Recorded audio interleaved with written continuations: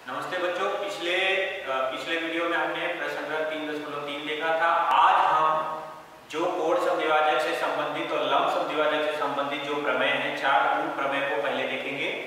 इन प्रमेयों को मैं कथन, दत्त, साध्य और आकृति के द्वारा आपको समझाऊंगा कि इसकी उत्पत्ति कैसे होती है। फिर आप लोग क्या करेंगे, उसको अपनी नोटबुक में खुद से लिखने का प्रयास करेंगे। तो सबसे पहले लंब समद्विभाजक का जो प्रमेय होता है, जैसे हम रचना करते हैं तो कोई एक रेखाखंड खींचते हैं। रेखाखंड खींचने के बाद किसी भी रेखाखंड के अंत बिंदुओं से समान दूरी लेकर या आधे से ज्यादा दूरी लेकर हम उसको लंब समद्विभाजक खींचते हैं।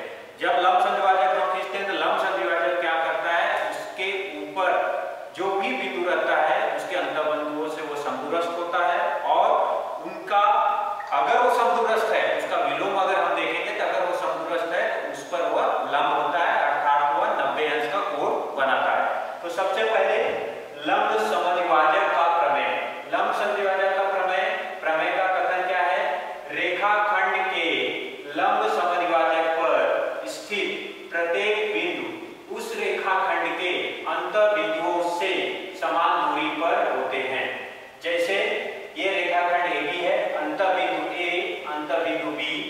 अगर रचना करते समय आधे से ज्यादा दूरी लेकर B से और आधे से ज्यादा दूरी लेकर A से अगर हम इसकी रचना करते हैं और इस पे लंब समद्विभाजक खींचते हैं तो लंब समद्विभाजक पर स्थित जो बिंदु B है वह उसके अंत बिंदुओं से, मतलब ये अंत बिंदुओं से ये दोनों बराबर होंगे, मतलब PA और PB की लंबाई दोनों बराबर होगी। यहाँ पर फिर से दत्त में हम क्या लिखेंगे, रेखा L, रेखा AB की लंब समद्विभाजक है। रेखा L रेखाखंड AB की लंब समद्विभाजक है, जो रेखा AB को बिंदु M पर क्या करती है, प्रच्छेदित करती है। यहाँ पर बिंदु M पर प्रच्छेदित करती है।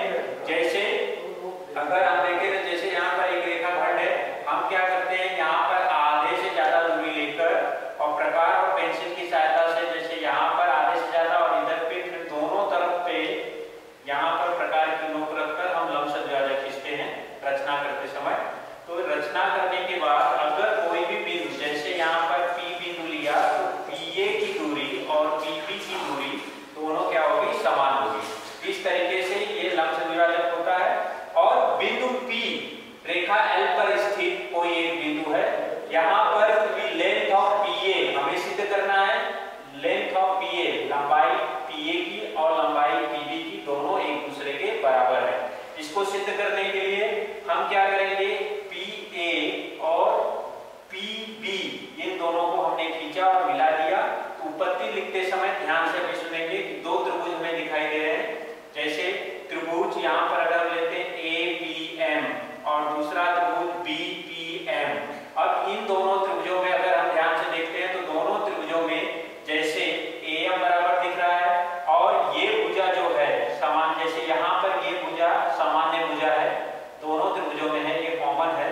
जैसे त्रिभुज PAM में और PPM में भुजा AM सर्वांशम है भुजा MB के, पहला लिख लेंगे। फिर उसके बाद ये कोण 90 अंश है, तो कोण PMA सर्वांशम कोण PMB, ये कोण हो गया। उसके बाद तीसरा भुजा जो PM है, भुजा PM सर्वांशम है दोनों में, इसलिए भुजा PM सर्वांशम भुजा PM, ये दोनों सर्वांशम हो गए। तो भू कसौटी से दोनों त्रिभुज परस्पर एक दूसरे के सर्वांशम होंगे। जब दोनों त्रिभुज एक दूसरे के सर्वांशम हो गए तो सर्वांशम त्रिभुजों के संगत कोण और संगत भुजाएं क्या होती, सर्वांशम होगी। इसलिए यहाँ पर क्या हो जाएगा, कोण PMA PMB जो दिया था इसके आधार पर हम लिख सकते हैं कि ये सर्वांशम था। डायरेक्टली हम लिख सकते हैं भुजा AP सर्वांशम भुजा PB। तो हमें सिद्ध करने के लिए हमें 2 त्रिभुज लेने हैं, त्रिभुज PAM तथा त्रिभुज PBM। इन दोनों त्रिभुजों में मैं डायरेक्टली थोड़ा मैं आपको बता रहा हूं। तो सबसे पहले मुझे हमें क्या लिखना है, AM बराबर इसके है BM के, AM बराबर है BM के, कोण P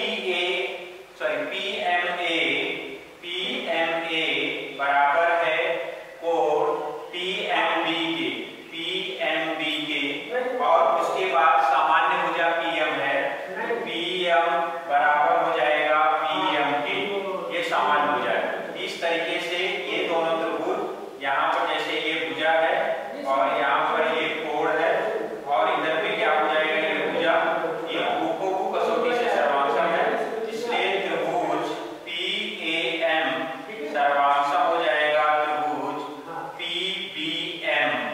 और अगर ये दोनों सर्वांशम है तो सर्वांशम त्रिभुजों की संगत भुजाएं सर्वांशम होती है, इसलिए PA बराबर हो जाएगा PB के। अब इससे संबंधित इसी प्रमेय का विलोम है प्रमेय, जैसे रेखाखंड के अंतःबिंदुओं से समदूरस्थ कोई भी बिंदु उस रेखाखंड के लंब समद्विभाजक पर होता है। रेखाखंड के अंतःबिंदुओं से समदूरस्थ कोई भी बिंदु उस रेखाखंड के लंब समद्विभाजक पर होता है। यहाँ पर जैसे रेखाखंड AB है और ये रेखा L उसकी लंब समद्विभाजक है, जैसे बोला है पहले वाले में हमने देखा। और यहाँ पर हमें सिद्ध करना है कि रेखाखंड AB के सबसे पहले इन दो समान भागों में विभाजित करती है, इसलिए यहाँ पर दिया गया ऑलरेडी PA बराबर है PB के। हमें सिद्ध करना है कि ये वाला जो कोण बनता है वो 90 अंश होता है, जिससे रेखा L लंब समद्विभाजक सिद्ध होगी। तो दत्त में जैसे दिया है रेखाखंड AB के अंतःबिंदुओं से समान दूरी पर स्थित बिंदु P है, इसलिए PA बराबर PB है और AM बराबर MB है। बिंदु P से ये जो यहाँ पर रेखाखंड AB पर M है, यहाँ पर लंब हमें सिद्ध करना है। तो भुजा AB का जो मध्य बिंदु है M, इस पे हमने रेख PM खींचा और इसी को हमें सिद्ध करना है कि ये 90 अंश है। तो इसको सिद्ध करने के लिए फिर से हमें दो त्रिभुज लेना है। पहले जैसे यहाँ पर PAM और दूसरा त्रिभुज जैसे PBM, हमने दो त्रिभुज ले लिया। ये दोनों भुजाएं समान है इसमें और ये दोनों भुजाएं समान है और ये सामान्य भुजा है दोनों में, इसलिए दोनों त्रिभुज PAM और PBM भू कसौटी के अनुसार सर्वांशम होंगे। अगर ये दोनों सर्वांशम हो गए तो सर्वांशम त्रिभुजों के संगत कोण सर्वांशम होते हैं। तो यहाँ पर ये दोनों कोण सर्वांशम हो जाएंगे, मतलब यहाँ पर जो 90 अंश हो रहा है ये दोनों कोण सर्वांशम हो जाएंगे। बाद में ये रेखीय बल कोण बनाते हैं, रेखीय बल कोण से हम सिद्ध कर सकते हैं इन दोनों के मापों का योगफल 180 अंश है। और फिर उसके बाद ये दोनों कोण समान है तो किसी एक कोण को उसका दुगना लेकर उसका मान रखने के बाद हमें 90 अंश मिलेगा। तो शुरुआत में सबसे पहले हम ये ले लेंगे त्रिभुज PAM तथा त्रिभुज PBM में, त्रिभुज PAM और त्रिभुज PBM में क्या क्या है घटक उस समूह में पहले सबसे पहले जो दिया गया है, जैसे AP बराबर दिया है PB के।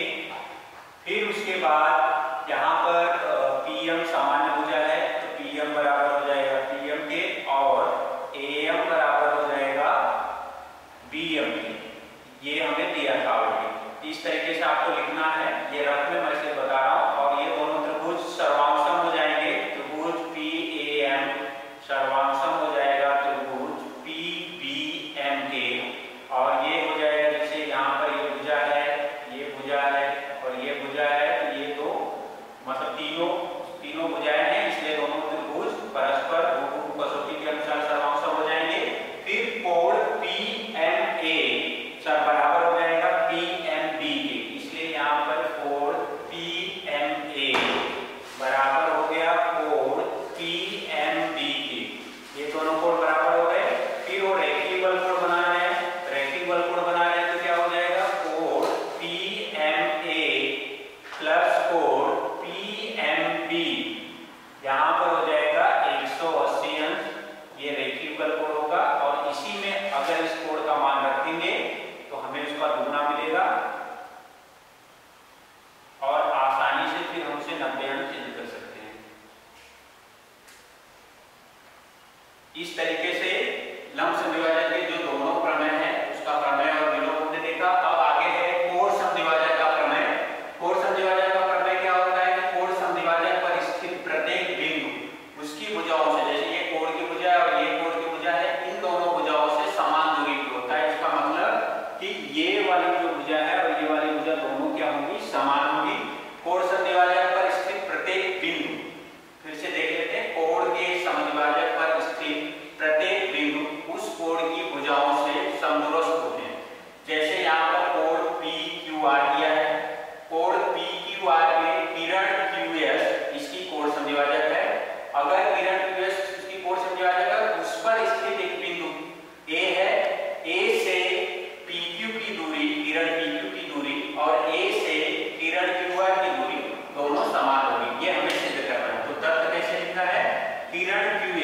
यह कोण PQR की कोण संधिभाजक है। कोण के संधिभाजक पर कोई बिंदु A स्थित है, ये कोण का संधिभाजक है, इस पर कोई बिंदु A स्थित है। रेख AB लंब है किरण PQ पर और रेख AC लंब है किरण QR पर। तो AB बराबर क्या हो जाएगा, AC। ये हमें सिद्ध करना है। इसको सिद्ध करने के लिए सबसे पहले ध्यान दें कि यहाँ पर ये हमें सिद्ध करना है। इसको सिद्ध करने के लिए हमें क्या करना है कि दो त्रिभुज लेने हैं, जैसे पहले लेते आए हैं। यहाँ पर दो त्रिभुज लेने से पहले यहाँ पर ये ध्यान दें, ये वाला जो है, ये वाला दोनों कोण संधिभाजक का समान हो गया ये कोण, और ये भुजा दोनों में समान है, ये भुजा दोनों में समान है, इसलिए भू को भू को इसका मतलब ये हो गया त्रिभुज, ये जो दिया गया त्रिभुज ABQ और त्रिभुज ACQ भू को कसौटी के अनुसार सर्वांगसम है। इस तरीके से हम आसानी से सिद्ध कर सकते हैं। आपकी जानकारी के लिए मैं सीधा यहाँ पर बता दे रहा हूँ। जैसे दो त्रिभुज लेने हैं, त्रिभुज ABQ तथा त्रिभुज ACQ में, ये दो त्रिभुज हमने ले लिया।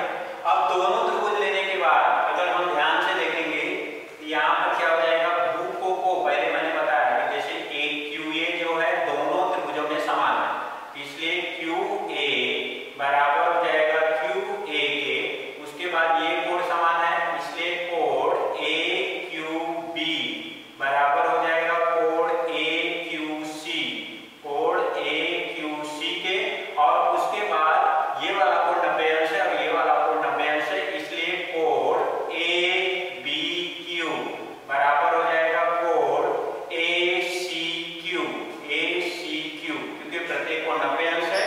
अब जैसे ये दोनों त्रिभुज, यहाँ पे भुजा और ये हो गया कोण और यहाँ पर कोण, इस तरीके से ये दोनों त्रिभुज ABQ सर्वांगसम हो जाएगा त्रिभुज ACQ के सर्वांग समता की भू को कसौटी से। अगर ये दोनों सर्वांगसम हो गए तो सर्वांगसम त्रिभुजों की संगत भुजाएं सर्वांगसम होगी, इसलिए AB बराबर क्या हो जाएगा, AC। अब उसके बाद आता है इसी प्रमेय का विलोम, कोण की भुजाओं से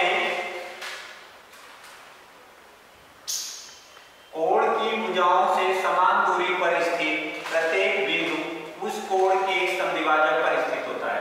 कोण की भुजाओं से समान दूरी पर स्थित प्रत्येक बिंदु उस कोण के संधिभाजक पर स्थित होता है। जैसे यहाँ पर कोण PQR दिया गया है, समान दूरी पर ऑलरेडी दिया है, मतलब AB बराबर AC हमें ऑलरेडी दिया गया है। तो यहाँ पर बिंदु A जो है, हमें ये सिद्ध करना है कि वह कहाँ है, कोण संधिभाजक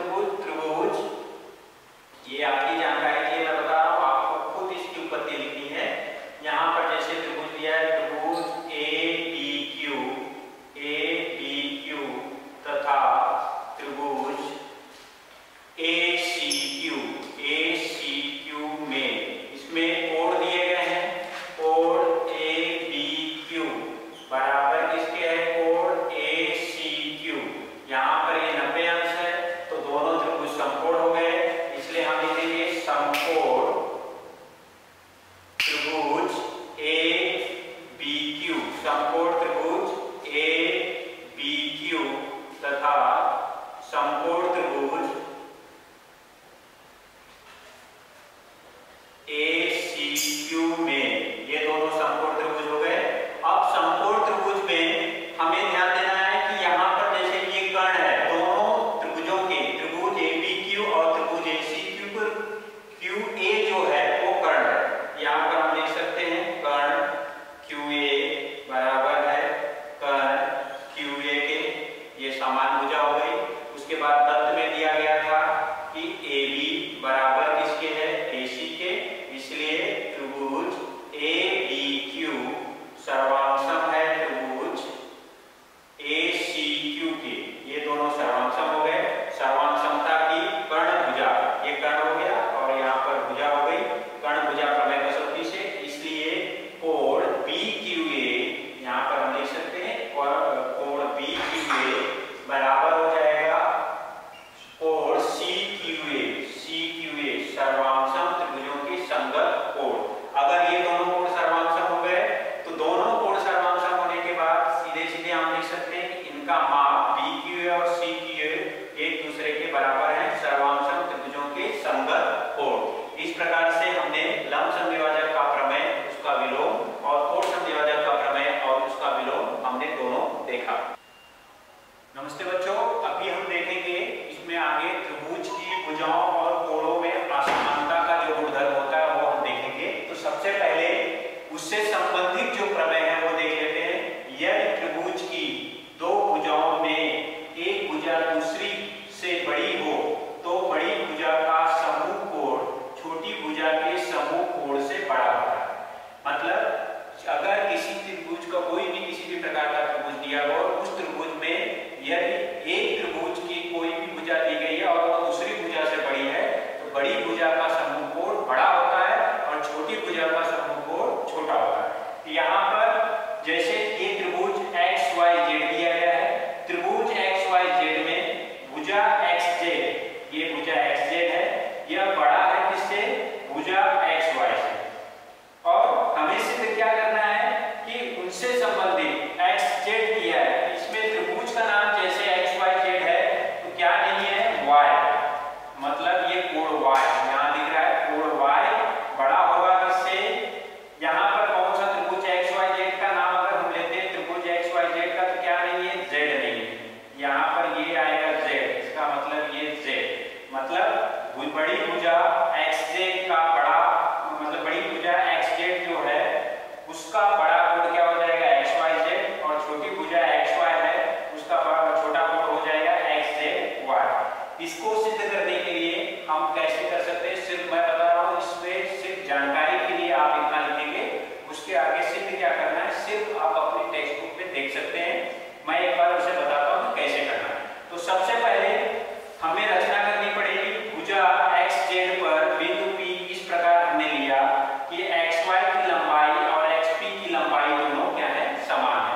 तो सिद्ध करने के लिए सबसे पहले यहाँ पर जैसे त्रिभुज XYP है, त्रिभुज XYP में हम क्या लिख सकते हैं, ये सिर्फ जानकारी के लिए समझने के लिए। यहाँ पर XY बराबर किसके है, XP के।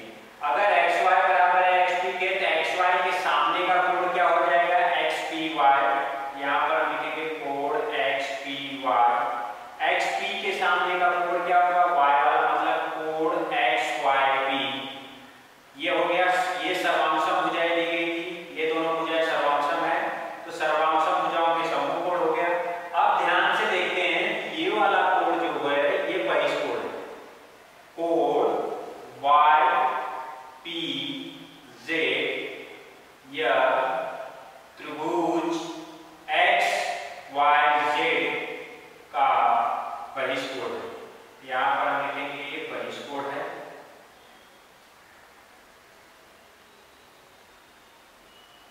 बहिष्कोण का माप उसके दूरस्थ अंतर कोण, मतलब इस कोण और इसके कोण के मापों के योगफल के बराबर होता है। तो सीधी सी बात है कि बहिष्कोण का माप अगर YPZ अगर हम लिखते हैं तो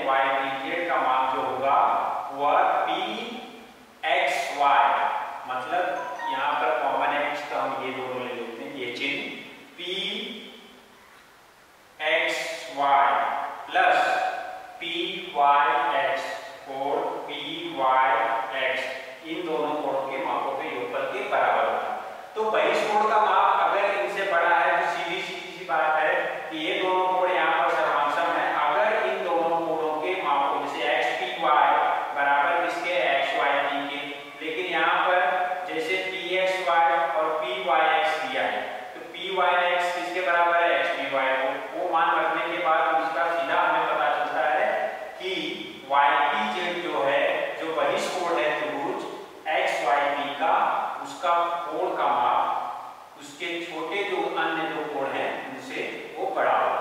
तो यहाँ पर इस तरीके से हम इसको सिद्ध कर सकते हैं, सिद्ध करने की कोशिश कर सकते हैं। आप टेक्स्ट बुक में दिया है उसे देख सकते हैं। शुरुआत ऐसी ही होगी, सबसे पहले त्रिभुज एक्स वाई पी में एक्स वाई बराबर है एक्स पी के, ये दोनों सर्वांगसम है, उनके समूह कोण भी सर्वांगसम होंगे, इसलिए कोण एक्स पी वाई बराबर हो जाएगा कोण एक्स वाई पी, इसलिए कोण वाई पी जेड या त्रिभुज एक्स वाई जेड का बहिष्कोण है, इसलिए बहिष्कोण के गुणधर्म से पहले हमें ये मिलेगा, बाद में हम सिद्ध कर सकते हैं कि कोण एक्स वाई जेड जो है वह बड़ा किससे हो जाएगा कोण एक्स जेड वाई से, इसके गुणधर्म का उपयोग करके। अब ये जो प्रमेय हमने देखा क्या था हमारा प्रमेय, यह त्रिभुज की दो भुजाओं में एक भुजा दूसरी भुजा से बड़ी हो तो बड़ी भुजा का मुख कोण और छोटी भुजा का समूह कोण, मतलब बड़ी भुजा का समूह कोण छोटी भुजा की समूह कोण से बड़ा होता है। यह हम इस उदाहरण में भी देख सकते हैं, जैसे यहाँ पर त्रिभुज एक्स वाई जेड दिया है, त्रिभुज एक्स वाई जेड में जैसे एक्स वाई बराबर कितना दिया गया है 4 सेंटीमीटर, एक्स वाई बराबर हमें 4 सेंटीमीटर दिया है और एक्स जेड बराबर हमें दिया है 6 सेंटीमीटर, ये एक्स जेड है ये 6 सेंटीमीटर दिया है। हमें पता है कि 4 सेंटीमीटर बड़ा किससे और छोटा किससे है, 4 सेंटीमीटर छोटा है 6 सेंटीमीटर से। अगर ये दोनों लंबाई देखते हैं इस तरीके से तुलना करते हैं, बड़ा छोटा हम बताते हैं तो यहाँ पर आ जाएगा एक्स वाई और ये छोटा हो जाएगा किससे एक्स जेड से।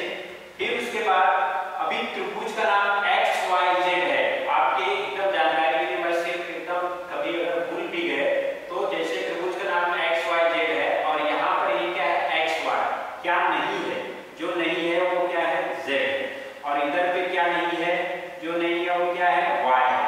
तो हमें क्या बन जाएगा, मतलब एक्स वाई के सामने कोण जेड आएगा, ये एक्स वाई है इसके सामने कोण जेड ये हो गया और इसके सामने जो हो जाएगा कोण वाई है, मतलब बड़ी भुजा का समूह कोण बड़ा होता है, छोटी भुजा का समूह कोण छोटा होता है। यहाँ पर एक्स वाई जो था उसके सामने क्या हो जाएगा एक्स जेड वाई, ये कोण हो जाएगा और यहाँ पर वाई है तो इसके सामने हो जाएगा एक्स वाई जेड, ये हमें आसानी से मिल जाता है इस तरीके से। ठीक है, जैसे दूसरा दिया गया उदाहरण इसमें भी हम डायरेक्टली लिख सकते हैं, जैसे 3 सेंटीमीटर यह छोटा है इससे 4 सेंटीमीटर से, ये 4 सेंटीमीटर है, 4 सेंटीमीटर छोटा किससे है 5 सेंटीमीटर से। और भुजाओं का हम नाम लिखते हैं, भुजाओं का नाम लिख लेते हैं, जैसे ये पी क्यू, ये छोटा किससे है क्यू आर से और क्यू आर छोटा किससे है पी आर से। अब इनके बीच में जो त्रिभुज का नाम है वो क्या है पी क्यू आर, त्रिभुज का नाम क्या है पी क्यू आर, क्या नहीं है यहाँ पर आर, वो छोटा किससे यहाँ पर क्या नहीं है पी और यहाँ पर क्या नहीं है क्यू। इस तरीके से ये कोण आर छोटा है कोण पी से और कोण पी छोटा है कोण क्यू से। तो हमने ये देखा सबसे बड़ी भुजा का कोण सबसे बड़ा और सबसे छोटी भुजा का कोण सबसे छोटा होता है। दूसरा भी हम देखते हैं इसका प्रमेय, त्रिभुज के दो कोणों के माप असमान हो तो बड़े कोण की समूह भुजा छोटे कोण की समूह भुजा से बड़ी होगी। प्रमेय क्या है, त्रिभुज के दो कोणों के माप असमान हो तो बड़े कोण की समूह भुजा छोटे कोण की समूह भुजा से बड़ी होगी। जैसे त्रिभुज एबीसी लिया हमने, त्रिभुज एबीसी में दत्त में दिया है कि ये जो बी है यह बड़ा किससे है, कोण बी जो है वह बड़ा किससे है कोण सी से, इस कोण से बड़ा है। तो ये हमें दिया और हमें सिद्ध करना है कि बी के सामने की भुजा क्या हो जाएगी एसी और सी के सामने की भुजा एबी। इसको सिद्ध करने के लिए हमें 3 प्रकार की स्थितियां होती हैं, तीनों प्रकार की स्थितियों को मैं बता दे रहा हूं, लेकिन आप इसे अपने टेक्स्ट बुक में देख सकते हैं, समझने के लिए सिर्फ इतना लिखना है और उसके बाद मैं उदाहरण से बता दूंगा। यहाँ पर 3 स्थितियां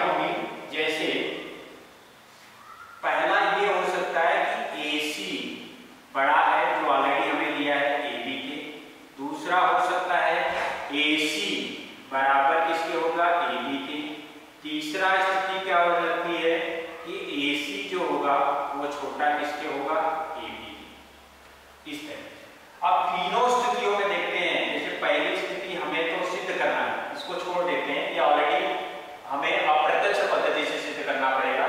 जैसे त्रिभुज का नाम ABC है, त्रिभुज का नाम अगर ABC है, यहाँ पर सबसे पहले कौन सा इसके सामने का कोण होगा, यहाँ पर आ जाएगा ABC है तो ये कोण B हो जाएगा, और इधर पे AB है तो यहाँ पर कोण C हो जाएगा। लेकिन तत्व में हमें क्या दिया है, तो ये पहली स्थिति से संभव नहीं है। अभी दूसरे में यहाँ पर क्या हो जाएगा, ये कोण B, ये छोटा है, और यहाँ पर हो जाएगा कोण C। लेकिन तत्व में हमें क्या दिया है, D बड़ा है छोटा से, तो मतलब ये वाली स्थिति असंभव होगी और ये वाली स्थिति भी क्या होगी, असंभव होगी।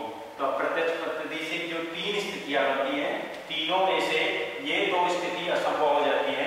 तो इसलिए क्या हो जाएगा कि ये पहली जो स्थिति है वो सिद्ध मानी जाएगी और वो सिद्ध हो गया। जैसे उदाहरण में हम देखते हैं, अभी यहाँ पर जैसे उदाहरण में 70 दिया है, कोण B का मान, कोण B बराबर दिया है 70 अंश और कोण C बराबर दिया है 50 अंश। जैसे अंकों के लिए हम क्या कहते हैं कि अंकों में 70 अंश जो होता है वो बड़ा किससे होगा, 50 अंश से बड़ा होगा। इसका मतलब कोण B बड़ा किससे है, कोण C से। अब त्रिभुज का नाम ABC है और इसमें देखो त्रिभुज का नाम भी ABC है, तो यहाँ पर कोण B आ गया तो भुजा क्या हो जाएगी, AC, और इधर पे कोण C है तो भुजा क्या हो जाएगी, AB, जो नर है वो। इसका मतलब AC जो है वो बड़ा किससे होगा, भुजा AC जो होगा बड़ी किससे होगी, भुजा AB से।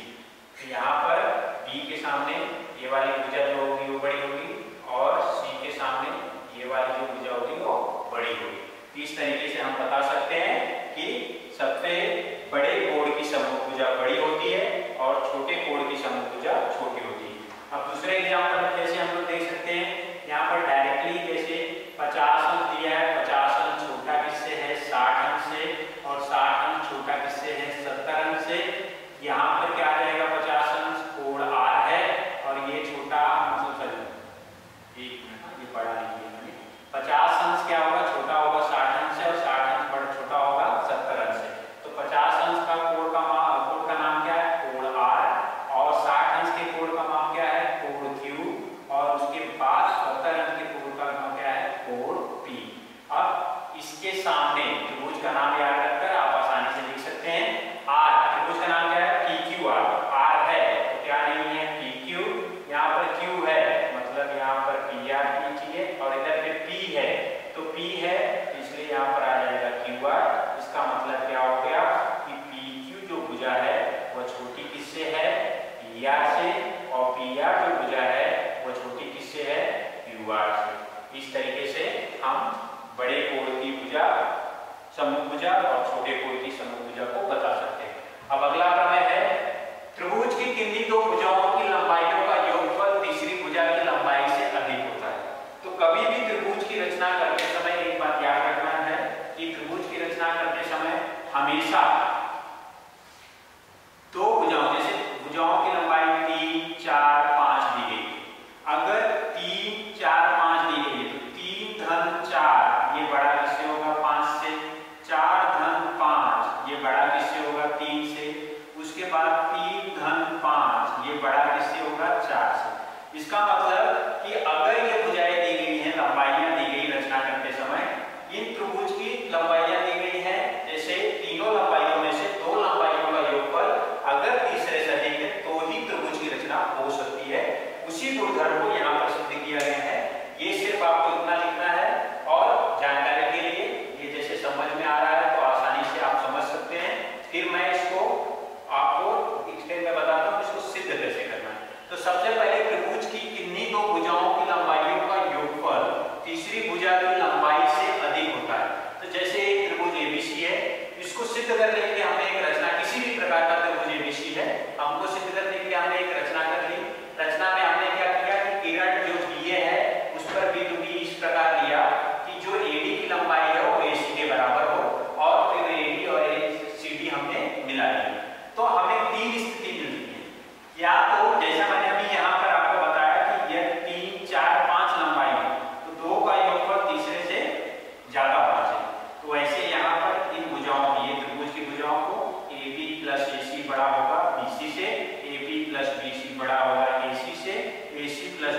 बड़ा होगा AB से। इस तरीके से हम इसको सिद्ध कर सकते हैं।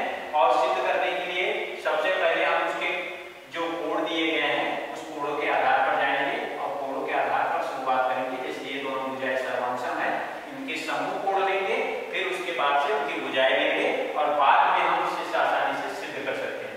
लेकिन आप इसे समझने के लिए इतना ध्यान रखें और इसको टेक्स्ट बुक की सहायता से सिद्ध करने का प्रयास करें।